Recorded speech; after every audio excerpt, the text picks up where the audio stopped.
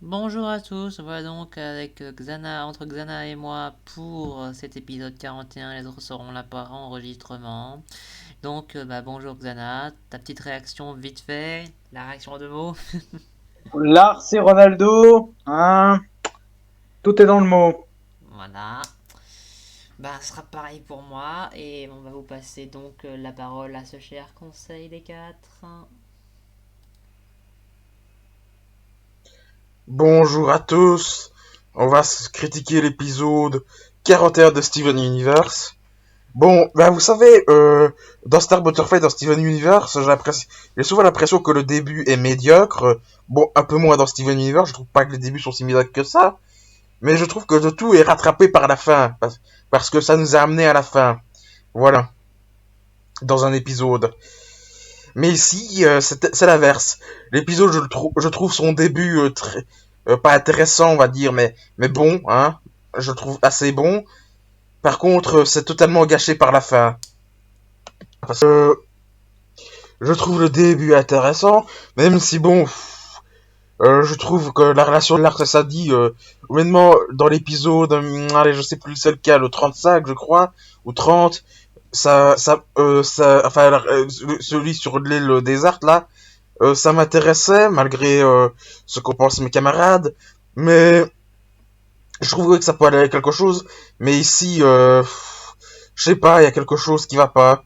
Il va absolument suivre Sadie, ça, je sais pas, ça colle pas avec ce qu'on a vu avant, j'ai l'impression. Bon, je trouve que cette série c'est bien faire la continuité, mais cette relation de couple, non. Et en plus, apparemment, après, j'ai l'impression qu'on va se farcir un triangle amoureux. Un triangle amoureux, ça peut être bon, hein, mais là, j'ai l'impression que ça va être très chiant.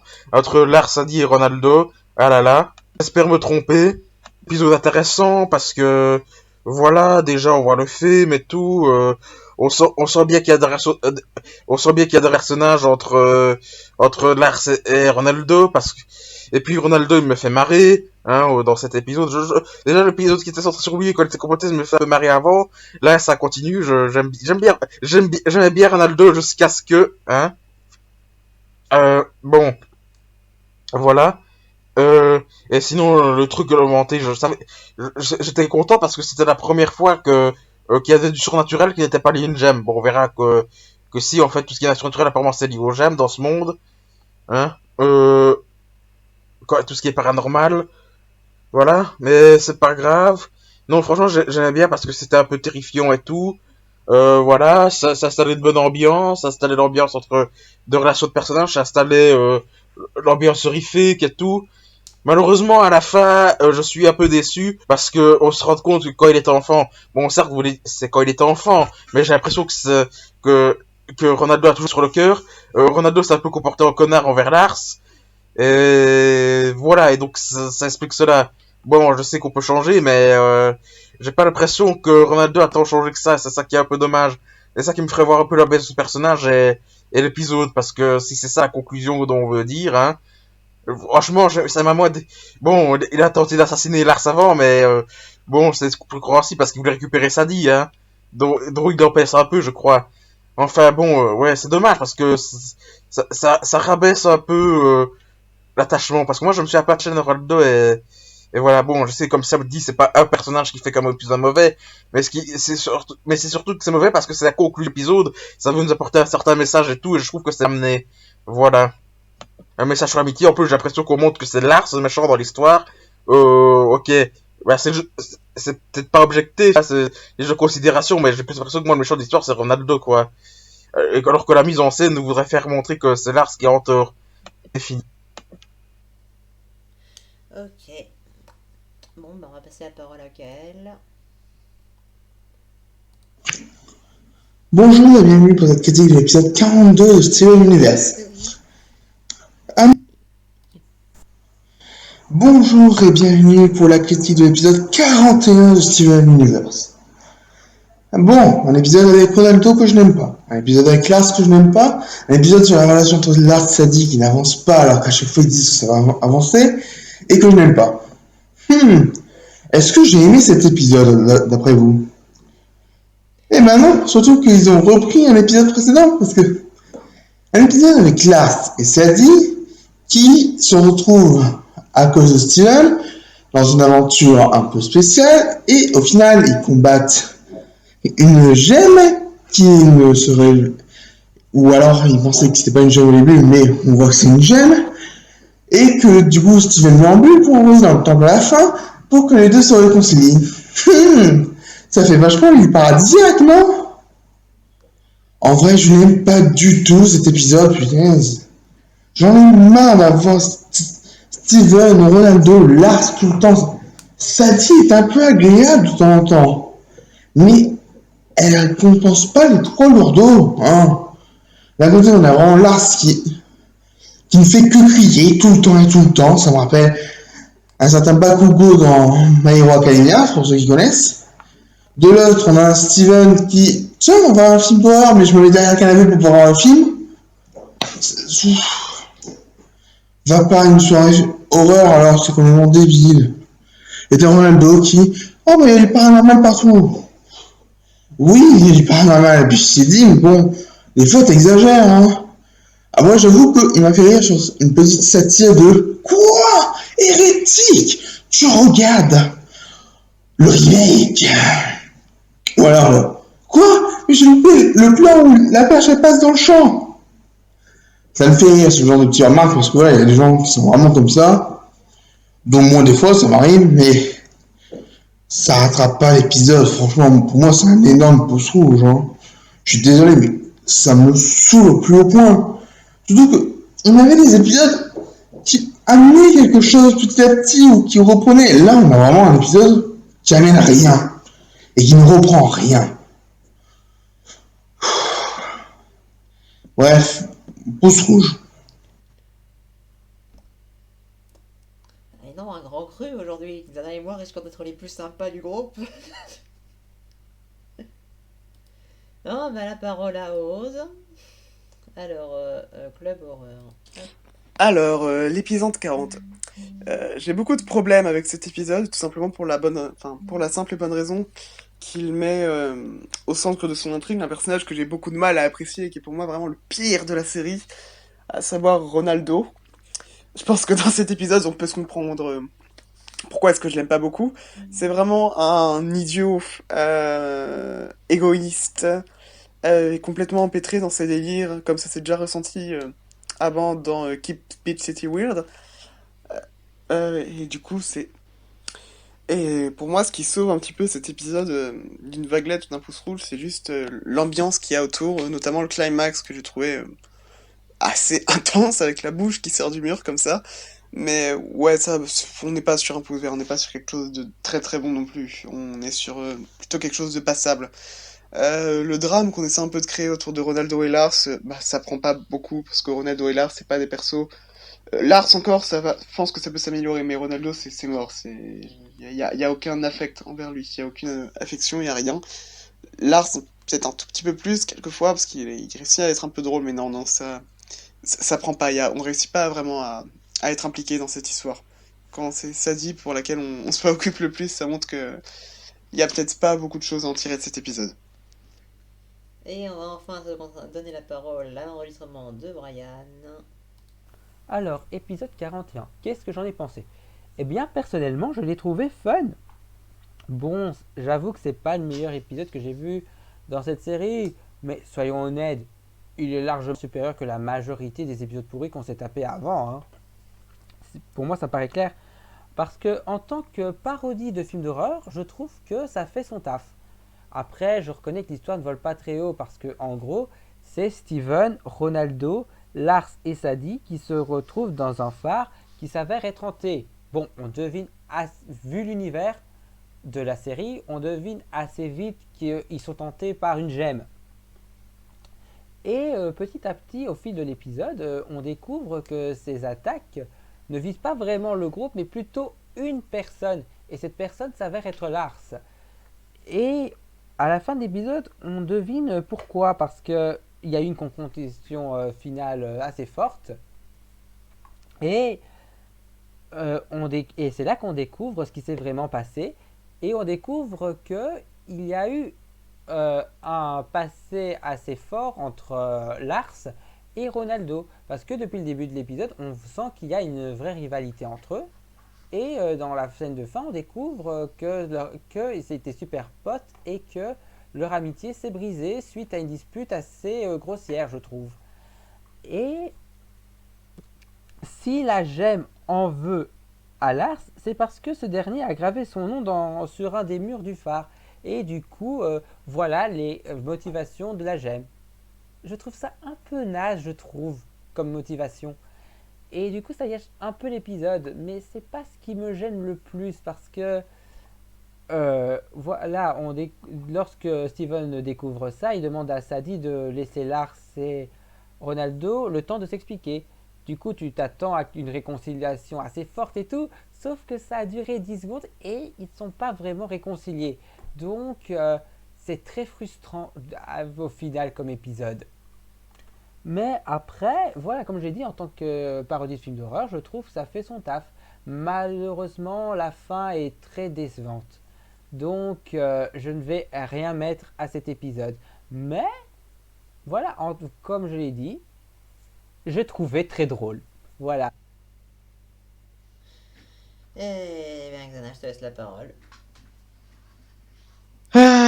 Qu'est-ce que je peux dire de cet épisode? Alors, ça commence par Lars qui ferme boutique et il appelle Sadie de se dépêcher, sinon il va l'enfermer. Et il tombe sur Steven qui va au club horreur de Ronaldo, pardon. Et au début, Lars veut pas y aller parce qu'il dit oh, Ronaldo, c'est le plus gros loser de la ville. Et pour une fois, je le comprends. Non, ça fait quelques épisodes que j'ai envie que je comprends presque le comportement de Lars, en fait, hein, pour le coup. Quand on voit ce qui se passe autour de lui, hein, machin. Il y avait un peu ça dans l'épisode de Lille aussi. Bon, bref, il change d'avis quand il voit que Sadie y va. Et on voit que c'est pas du tout la bonne entente entre Lars et Ronaldo, avec Ronaldo qui d'ailleurs dans son club, ils sont que 4. Donc lui, Steven, Sadie et Lars, sachant que Lars devait pas venir à la base. Voilà, je dis ça. Et donc du coup, il regarde un film, il y a un gag un peu drôle sur le fait que Sadie demande t'es sûr que Steven il peut regarder vu son âge? Et tu vois Steven qui semble regarder le film, mais en fait il est derrière le canapé, du coup, donc il voit pas le film.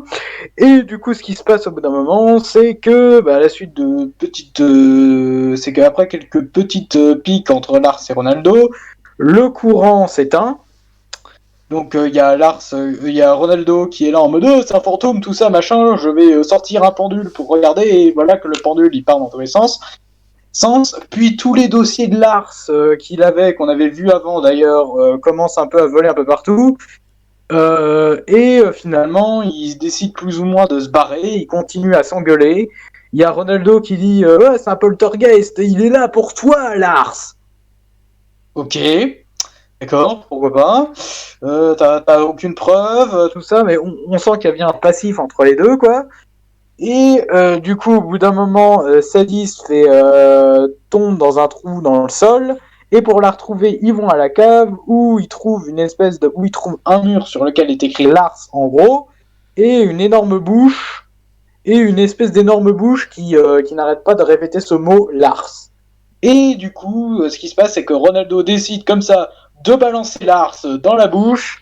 Steven s'interpose, il utilise son bouclier pour sortir Lars de là.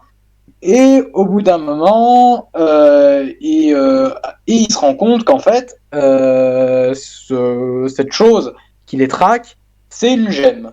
Une gemme qui était dans le mur, qui était là depuis le début, visiblement. Et en la récupérant, il récupère Sadie au passage. Et c'est là qu'on apprend plus ou moins la vérité. C'est que quand ils étaient petits, Lars et Ronaldo sont venus ici.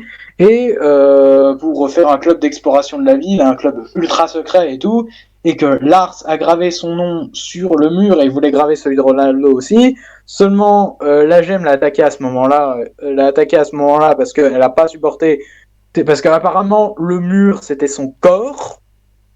Alors, son corps, je ne sais pas si c'était cette portion du mur ou le bâtiment entier. Est-ce que j'ai cru Je dirais comprendre, plus la deuxième option. j'ai cru comprendre autant que la Xam était dans la baraque, apparemment c'était la maison entière, ça me c'est encore. Ouais, ça me semble être ça. Et donc, du coup, elle l'a très mal prise. Et du coup, ce qui s'est passé, c'est que Ronaldo était en mode ouais, c'est super, c'est un événement paranormal, faut le montrer à tout le monde. Ce qui n'a pas plu à Lars, qui a détruit la photo que Ronaldo avait fait. Et du coup, c'est barré. Et Ronaldo, qui du coup, lui, n'en avait qu'à sa pomme et pas celle de. Salut. Et n'en avait rien à foutre de Lars. Du coup, alors, cet épisode, ben. Bah, il développe un peu plus Lars et Ronaldo, qui sont deux personnages ô combien on adore. Même si, pour être honnête, Lars, je commence à un peu mieux le supporter depuis quelques épisodes. Bah, je Mais veux dire bon, que depuis quelques voilà. épisodes, Lars, je l'apprécierais presque. Bah, surtout que dans l'épisode de Lille, c'était le plus logique des trois, Mais en en fait, fait. Hein. depuis le début, en fait, c'est le mec bah, qui est le plus terre à terre, on va dire, de toute la ville. Même si c'est un gros con, un gros glandeur, c'est peut-être le plus terre à terre, en fait. Ouais. Parce que Sadie, elle, Sadie, un gros elle essaie des glandeur trucs, mais elle est connard, c'est un moins. gros connard glandeur, mais celui qui est un peu le plus réaliste et qui se dit non mais et là c'est pas normal ce que vous faites. Alors que Sadie, elle est plus dans le fait de suivre le mouvement et de voir après, quoi. J'ai l'impression. Ouais. Et au final. Attends, Chrono, je finis, Chrono. Chrono, je T'inquiète finis, pas, s'il te plaît. je l'ai muté spécialement parce qu'il est pas censé parler pendant qu'on enregistre. Vu qu'il est. Bon, c'est pas grave. C'est pas grave. Et bah, du coup, cet épisode, alors, en soi, il, il est relativement. Ça va, il y a. Bah, honnêtement, je suis un peu mitigé sur cet épisode parce que, ok, il n'y a pas des. Ronaldo est chiant, machin et tout ça. Mais l'histoire se tient à peu près. Lars et Steven Sadie sont relativement acceptables. Ouais, après, je peux comprendre que les gens aiment pas. L'histoire tourne un peu en rond. Et aussi, l'histoire est assez prévisible. Hein. Aux surprises, c'est une gemme. Hein. Qui Bah s'y moi attendait? franchement j'ai hésité. Je savais pas si Hmm. j'ai hésité. Est-ce que c'était une gemme ou au début en fait avant qu'il sorte dans la cave je me disais enfin c'est toute la ville qui a décidé de lui faire une blague à Ronaldo. Ouais. Et jusqu'au Bah, moment où il y a vraiment eu la baraque qui a bougé, ben là oui c'était bah, évident. au début, au début, j'ai aussi pensé que c'était une blague, mais le coup des dossiers volants, je me suis dit non. Hmm. C'est c'est pas un épisode c'est pas un épisode mémorable, il fait pas avancer grand-chose et bon, il détruit pas grand-chose non plus, j'ai envie de dire, il est moyen. Bah j'ai envie de dire ouais il est moyen donc va ça serait moi aussi je serais pareil que toi à peu près c'est vague cet épisode franchement. Bon il est pas mauvais en soi parce qu'il est construit enfin bref il est construit faut le dire vite quand même. Il n'est Mais il y pas a incohérent avec ce qu'on a eu non il est avant. pas correct avec ce qu'il y avait avec on va dire qu'il est inutile en fait. Bah, il dire qu'il est inutile Hmm. et que c'est une pointe basse par rapport à ce qu'on a vu dernièrement malgré les problèmes qu'il y avait. À moins que ça amorce une évolution pour Ronaldo et Si Do, j'en parce juge par que la quand même, réaction de Kael et de Oz, ça m'étonnerait. ouais. Parce que lui, il a pas l'air de faire gaffe à ce qu'il fait. Hein. On se plaignait de Steven dans cet angle-là, mais Ronaldo, il a l'air d'en tenir une couche lui aussi. Hein. Ouais. Enfin bref, je pense qu'on va mettre une bonne vague, hein, parce que bon, 3 pouces rouges et 2 vagues et un rien, je pense que ça va vers vague, hein, parce qu'il n'y a, y a pas la majorité pour pouce rouge. Attends, il y a combien de vagues Il y a 2 attends. vagues, à toi et moi. Mhm. Il y a Oz qui a rien mis, il y a les 3 autres qui ont mis un pouce rouge. Ouais. Allez, la vague, ouais. C'est parti pour une vague. Bon, bah, vous connaissez la chanson. Hein. Si vous venez pas de chez Mayo, bah, on vous remercie d'être venu. Pareil si vous venez de chez Mayo. Mais si vous venez pas de chez Mayo, vous invite à aller le voir. Et à la prochaine. Bye.